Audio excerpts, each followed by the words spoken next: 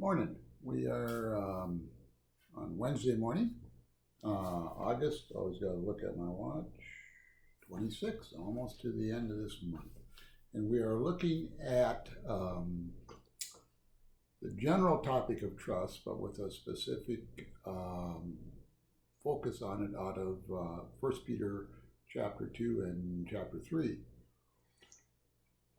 So let me read verses 18 of 1 Peter chapter 2 down to the end of the chapter.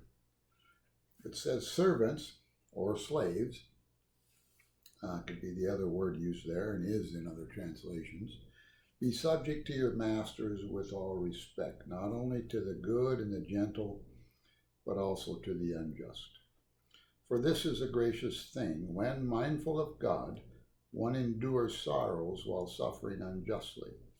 For what credit is it if when you sin and are beaten for it, you endure, but if when you do good and suffer for it, you endure? This is a gracious thing in the sight of God. For to this you have been called, because Christ also suffered for you, leaving an example so that you might follow in his steps. He committed no sin, neither was deceit found in his mouth. When he was reviled, he did not revile in return. When he suffered, he did not threaten, but continued entrusting himself to him who judges justly. He himself bore our sins in his body on the tree, that we might die to sin and live to righteousness. By his wounds you have been healed. For you were straying like sheep, but now you have returned to the shepherd and overseer of your souls. So this talks about Jesus being our example. And when we deal with the subject of slave and masters, this text is sometimes used by people to say that this is an indication that God and the Bible approves of slavery because of the way Peter deals with giving counsel to those who are slaves. He tells them to be subject to their masters. But it is not an endorsement of slavery, especially when you look in the context of what Peter's saying. This is the context of this passage is sin and the fact that those who have believed in Jesus Christ have been set free from slavery to sin and death. Slavery of humanity against humanity is a result of sin against God and a rejection of the authority of God in the life of people. It is a result of rebellion, and when we look at the purposes and plans of God in creation out of the book of Genesis, we see that God had given dominion to mankind over the fish of the sea, the birds of the air, and all living things on the earth, talking about animals and insects and all that. That was the area in creation and in the intent and purposes of God in creating man for his dominion. There was never dominion given in creation for mankind over other men and women. In other words, we are not to be dominant over other people. And the result of dominance over people came out of the sin, not out of the purpose and the plans of God. And God had a way to deal with sin from before the foundation of the earth, and that was the death of his own son, who became in the form of sinful man, in the form of humanity, and dying on the cross in our place, so that through faith in him we can be set free from sin. So part of our problem is we don't take the depths of the seriousness of sin in relationship to God and what it really is. And we think, it should be more easily handled. But when we understand that the sacrifice for sin was required to be the Son of God himself in human flesh, that should indicate to us the seriousness of what the sacrifice was needed for to deal with. So our condition as sinners inherited from Adam is extremely, extremely serious and unresolvable outside of faith in Jesus Christ. And out of that fall, out of man saying, I'm not going to be subject to God's authority, I'll be my own authority, we became our own gods. And the supreme sovereign creator God of the universe is ruler over all things, not just over all even mankind, but over all creation. He is the one that is sovereign above all, the Almighty God. And he's a gracious and merciful God and a holy and righteous God. And he alone is able to be that kind of sovereign ruler. And that's why he didn't give it for us to be rulers over anything but the creation on earth here, the birds and the fish and the animals.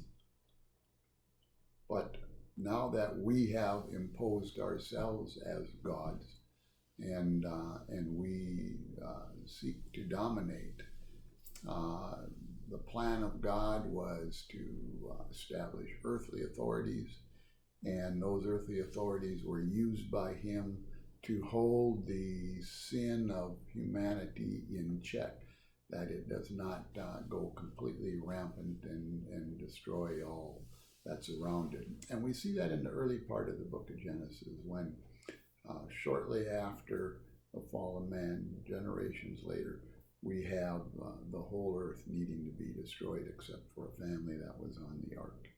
And that family on the ark, elected by God's grace, were also sinners. And so from that time, man has had a responsibility for man around them. And God has established authorities, and all through the Old Testament, and even through the history of the world, you can see how authorities are established that wax and wane in being good to being evil authorities. So Peter is giving counsel to those who were at the bottom level of Roman culture in freedoms. These were slaves. They had no freedoms. They had no rights.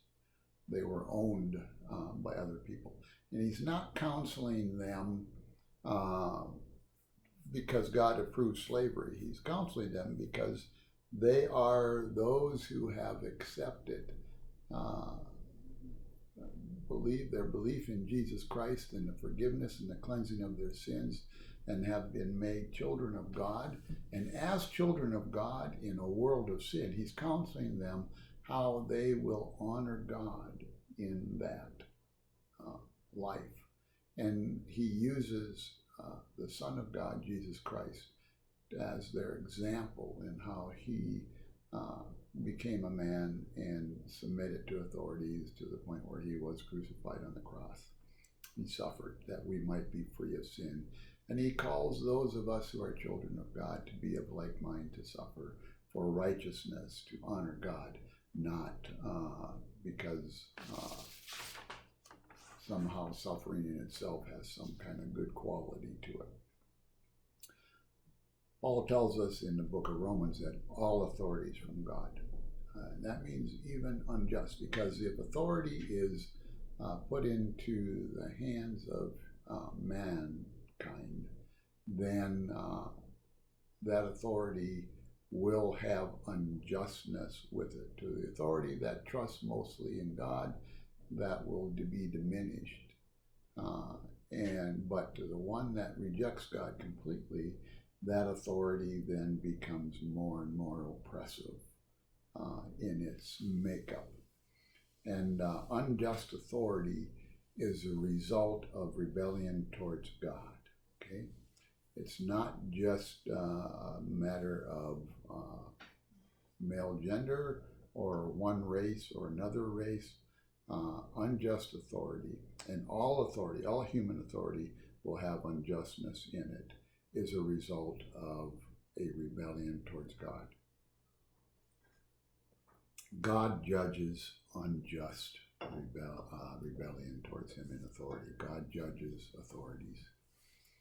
They may have free reign for a while, but he brings them into correction and he brings them down according to his purposes and his plans. In America, we have a wonderful responsibility through election and through voting to be able to bring correction. We can't eliminate unjustness and corruption in authority, because you'd have to eliminate every human being there is, because we are all unjust and we are all corrupt in sin, except by the grace of God. But we have an ability to intervene and have a say in what goes on in our country. There are other forms of government that do not allow this. Under Roman government, those who Peter is writing to had no rights to change what was going on. Because the government didn't allow for that. God does bring the governments and those rulers, unjust ones, under discipline and judgment, and does remove them. So us as believers, and this is where Peter's counsel is coming in, need to be trusting God, who is a just and holy and righteous authority.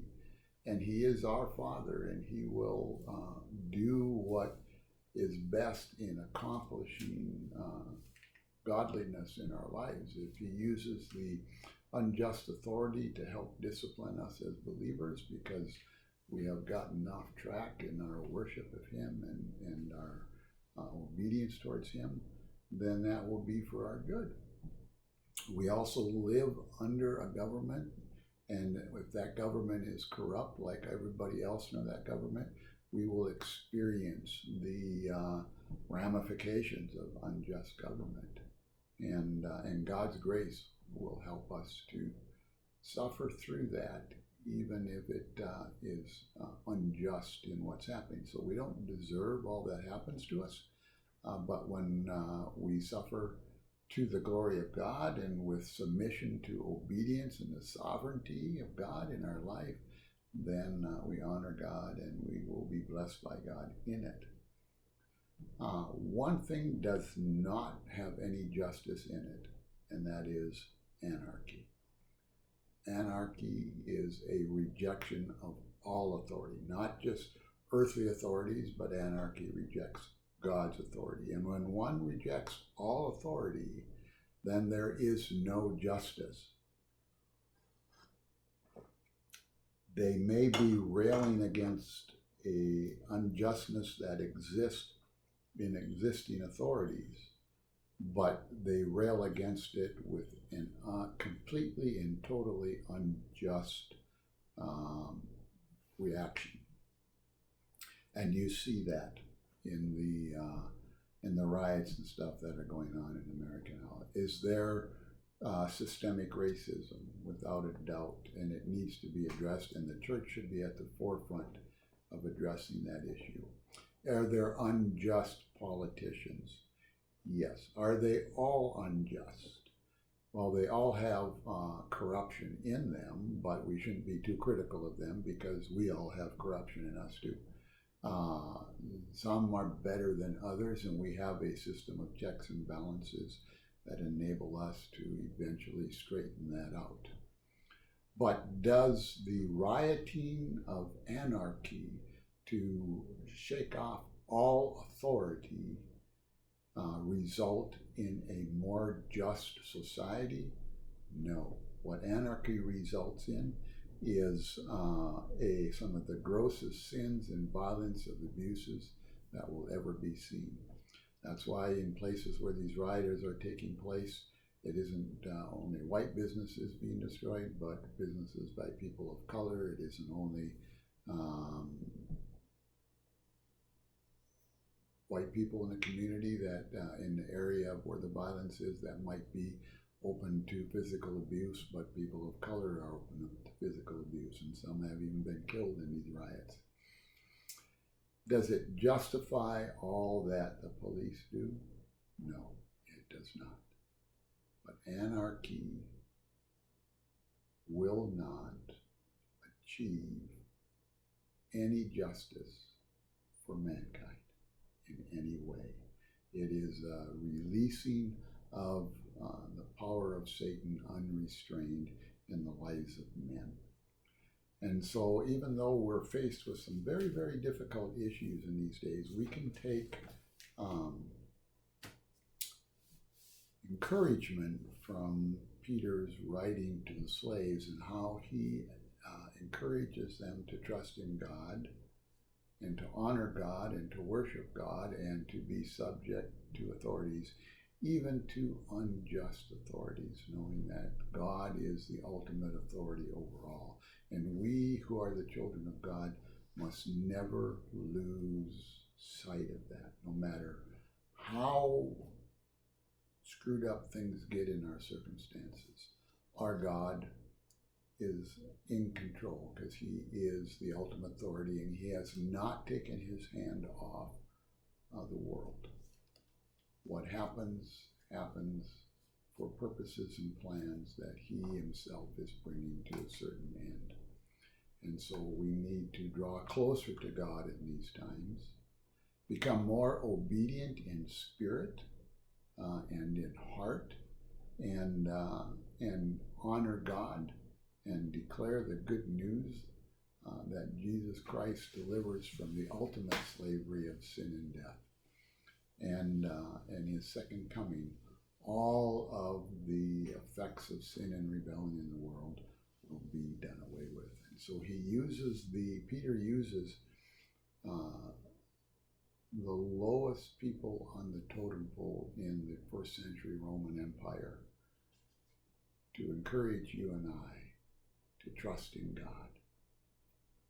So I hope that is an encouragement to you, even though it says you and I might have to suffer unjustly. Pray for our nation. Pray for our leaders, the just and the unjust, the corrupt and the less corrupt. And pray for those who are promoting the anarchistic upheaval of all authority, that they would have their eyes open to the authority of God and the power of the cross and the new life that can be theirs. And I hope your day is a great day.